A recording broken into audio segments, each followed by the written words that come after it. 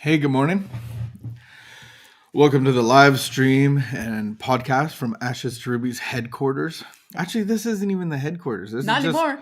just our living room. Now we have new headquarters. Maybe one day we'll record from there. I remember when my little friend came over for the first time. She wanted to see where the podcast took place. She couldn't believe it. She was in the studio.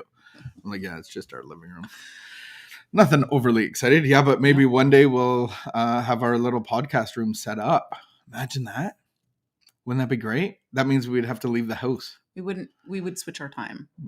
I don't know that 9 a.m. is the best time anyway.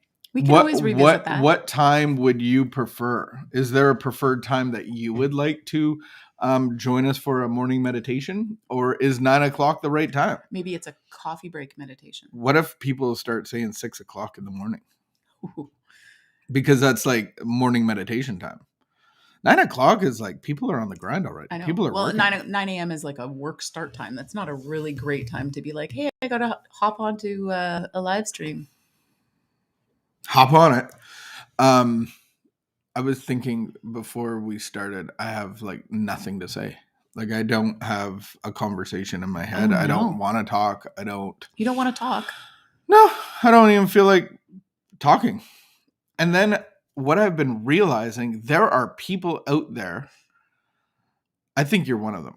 There are people like yourself that seek.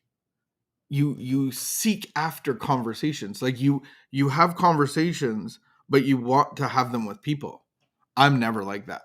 When there's people around, I just am like, how do people find, like, I've been trying to understand how to have conversations. So my friend Neil is a conversationalist. Right. It's incredible to see. He's like a ballet with the conversation. But what do you do? Because you do a lot of talking. I don't think I do. You talk. You say all your thoughts out loud to me. I'd say all day long. my thoughts out loud.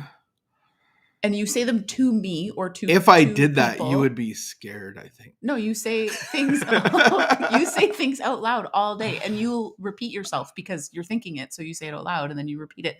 And often you say things in the form of a question, and then I'm like, well, how would I know the answer? But then what we've talked about this, what we've realized is you're not actually asking me. Like you're just wondering. You're not looking to me for the answer. You're just wondering. And then I get all, I don't know. I feel like sometimes if it wasn't rude, I would just go on my phone and just look up stuff. But like you're one that likes to have conversations with people, and it's like you can just talk and I'm like, so I'm trying to pay attention on the fundamentals. And now that I feel like I'm on part of the spectrum now. I'm like, I need to understand people's responses and facial expressions of like, yeah. It's a big Sometimes part I of it. feel super dysfunctional. I think today's one of those days. I just feel like I don't think you are. I don't know how to talk to people. I don't know how to act in public. I just want to go back to bed. What? Maybe that's depression. Is that a blanket of depression? Maybe it's anxiety. Maybe I'm carrying anxiety and I don't even know it, and that's how it comes out. Lord, I give this day to you. Good question. Oh, I feel so much better. Good questions.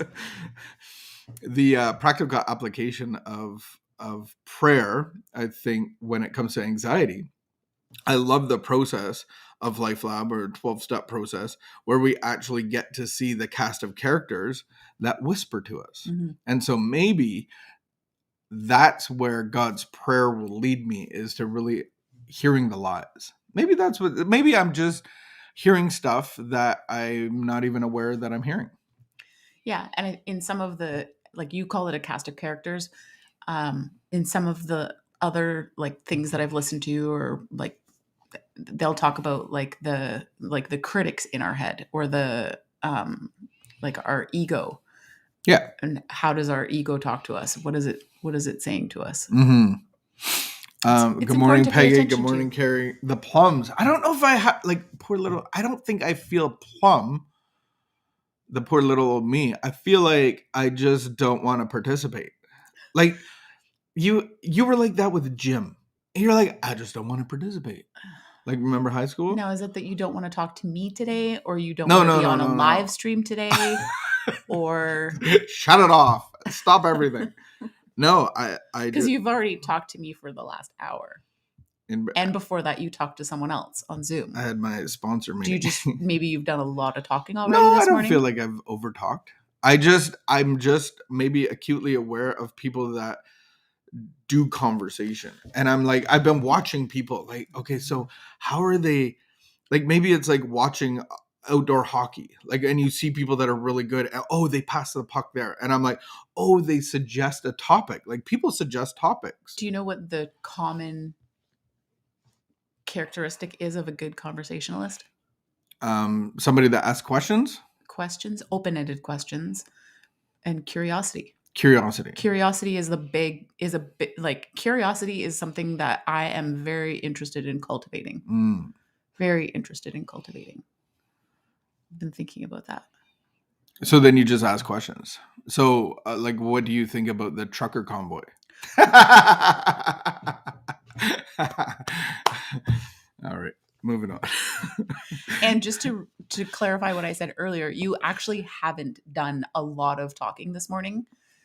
You've actually done a lot of listening. and quiet and sitting in quiet. And so, like, I know that with the meeting before me, the three of you kind of all participate and you do listening. But then you and I think with our morning meditation time just now, we did a lot of just sitting, being still. And I thank you for that. Yeah, being still. I I divulged my little silly secret of centering myself. Yeah. Yeah. Do you want to talk about it? I don't know if I want to talk about it because it feels silly and I don't know. That's okay. Like, I didn't get it from anywhere. It was just an observation of coming into space.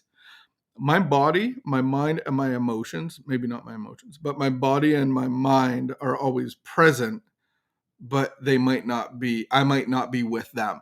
So centering myself actually brings me into a space that I'm aligned to being able to receive and listen.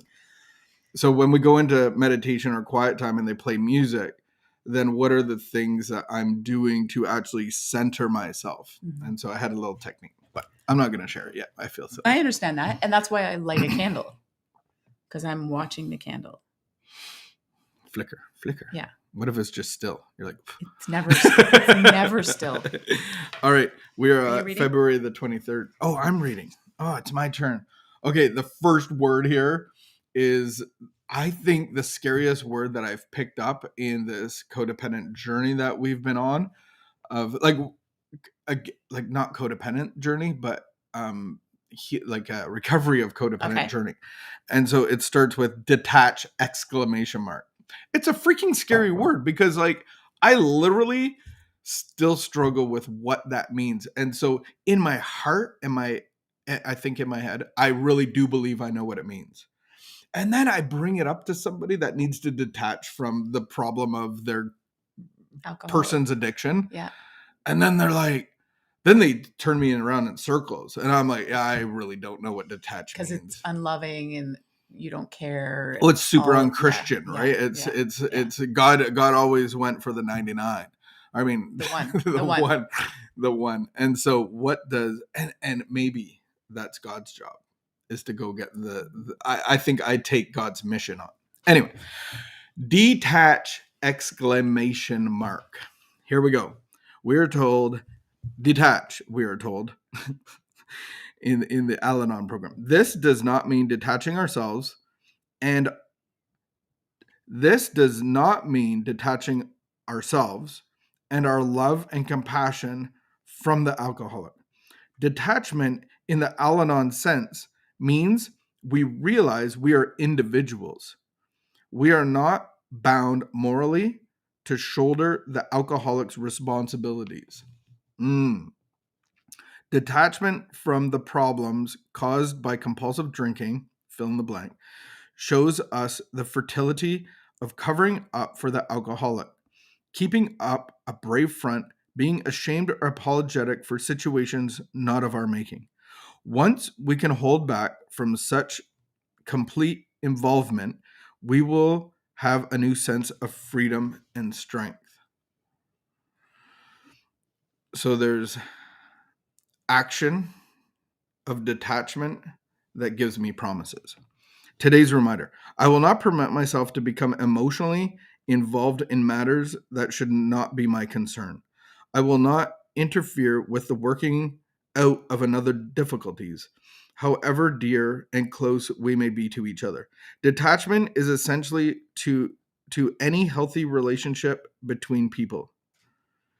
Detachment is essential to any healthy relationship between people.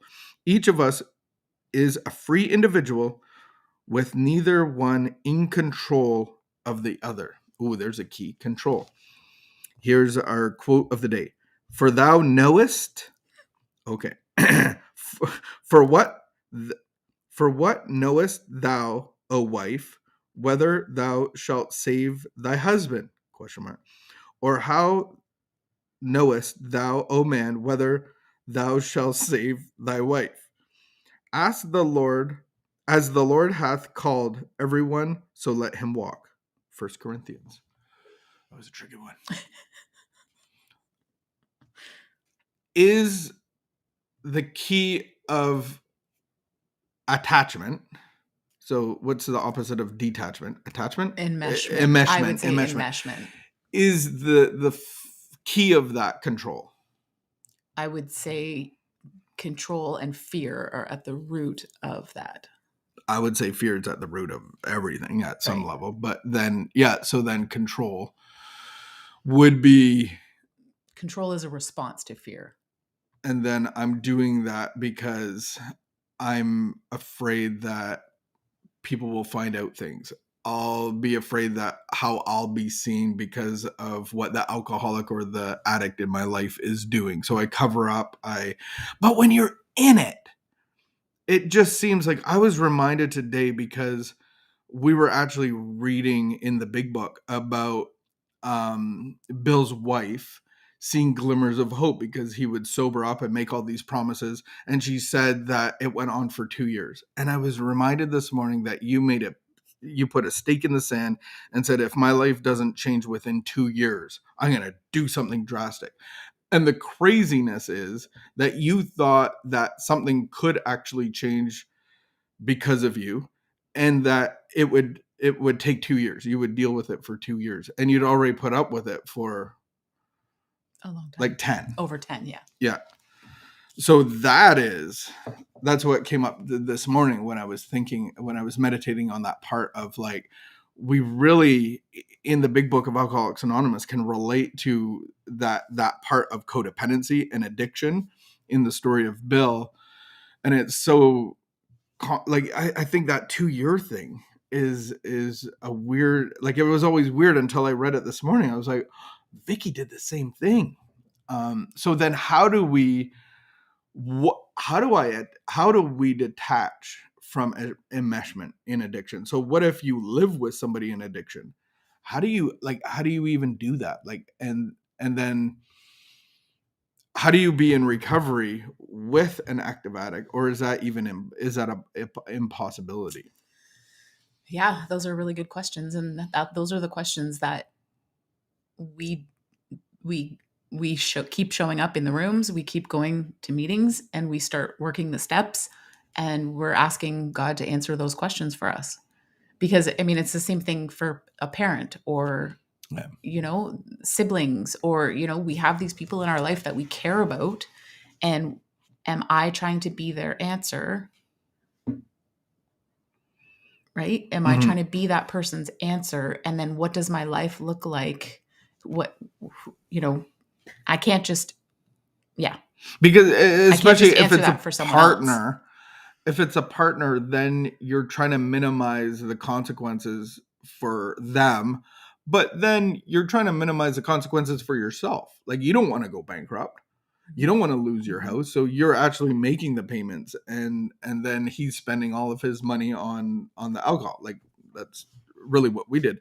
But I think it makes a little more sense in the measure of the child, because you have a lot less at stake there. I know there's life and death. This was an interesting fact that we read this morning. is that Bill was drinking compulsively, disgusted at himself, saying that he never wants to do this again, keeps doing it, and got so hammered he was afraid that to walk across the street because he might collapse and get hit by a car. That's how bad he was. And then the stock market collapsed. And then people were jumping out of windows and out of high rises because they were losing so much money because of the stock market crash. And so then he said, the market collapsed, and so will he. And should he kill himself? No, not today. I'm going to keep drinking. And so it's interesting that we think, oh, if I put a stake in the sand for the alcoholic or the drug addict or my child, I'm going to kill him. Bill actually was saved by alcohol. He didn't kill himself. And so it's interesting how we can kind of control circumstances by saying, well, if I kick my son out, then he'll die. Or well, then, and when you've been around the rooms for a long time and you listen to the stories of alcoholics and addicts, I often hear them speak in gratitude or, about how they came to a place of realization where there was nothing left, they had no one left, and now they needed to get help. And that was fascinating to me when I first started going to open AA meetings with you and listening to stuff, because I was listening to recordings way back. And I remember just thinking oh, here, I'm trying to save the day. I'm, time and time and time again, I'm thinking, oh, well, I better give him another chance. I don't want to, what if?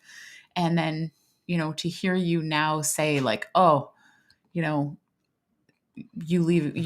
leaving was one of the best things that ever happened. I didn't believe that for a long time. I was like, are you serious? Did you really? Yeah. Because I was truly terrified in that moment that it's hard to get a new beginning when something never ends. Yeah. I was truly terrified that we would come here one day, because I had left this house and your parents were coming here to fix it up so that we could sell it. And I was terrified that one day they'd show up here and you would be here dead, or that we would get a phone call that you were dead. But then I thought to myself, well, even when I was here in the house and I hadn't left, then I was terrified in the middle of the night that I would get a call that you were dead. I just came to this place of realization, I'm not going to be the one that stops him from dying. Yeah. I think at the end of it, I would never tell a parent what. That's one thing I've learned, is never tell a parent what to do or not to do. It's just, we can have these kind of conversations and then they can be led by their own conscience. They can be led, because what you did might not be right for somebody else, and what my mom did might not be right for somebody else. But the key is about the enmeshment, right? So how can I continue to live my life in a way that actually can I be okay if you're not okay? What would that look like? Can I have someone coming in and out of my space who's not okay, and yet I can be okay? And that was the answer that I sought. How do I be okay? I actually remember seeking that answer. How can I be okay if John is not okay? What does that look like? And then over time it unfolded, and I feel like I was given ideas of, okay, do this. This is what you need to do for you and the kids and John. And all right, people have to get back to work. Yeah. It's a great topic with a lot of open-ended questions. And I think we really need God's power and his love to guide us into those situations and out of them if we need to, and close doors so other doors can open, but really being guided by God. So today at noon, we have our LifeLab recovery group, and Vicky is speaking today. Whoa! What do you have a title? I don't know. Great title. So stay tuned. See you at noon. Keep the peace. Be of good behavior. And do we have to wash our hands anymore? Or is that restriction lifted? You were always supposed to you always got to wash your hands.